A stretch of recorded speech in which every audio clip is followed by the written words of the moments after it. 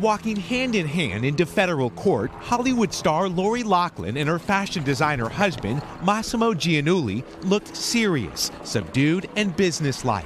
Oh my goodness.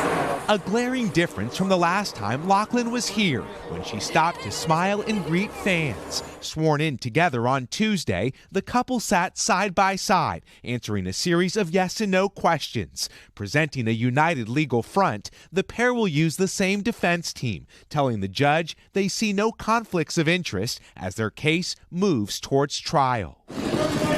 Facing the possibility of years behind bars after turning down a plea deal, the celebrity couple is accused of paying $500,000 to get their two daughters into college through a side door. In court, their attorney saying they did not know the money was being used to bribe college officials. And you are a good mom. Good mom. Prosecutors say Olivia Jade and Isabella posed as crew recruits, though neither girl rode competitively or planned to at USC. I don't really care about school, as you guys all know. Olivia Jade, an influencer with a massive social media following, and Isabella remain enrolled in school as the university conducts their own investigation. 2 years ago, Loughlin spoke to Page 6 about the pressures of getting her children into college. I never push my kids to, I always say do the best you can.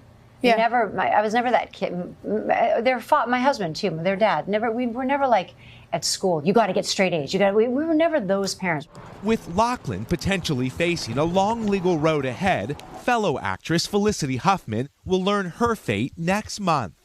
After pleading guilty to conspiracy to commit mail fraud and honest services mail fraud, the Hollywood star accepted a plea deal for a reduced recommended sentence.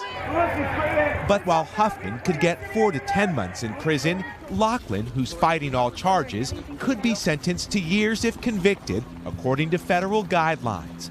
A real-life legal drama starring two big Hollywood names.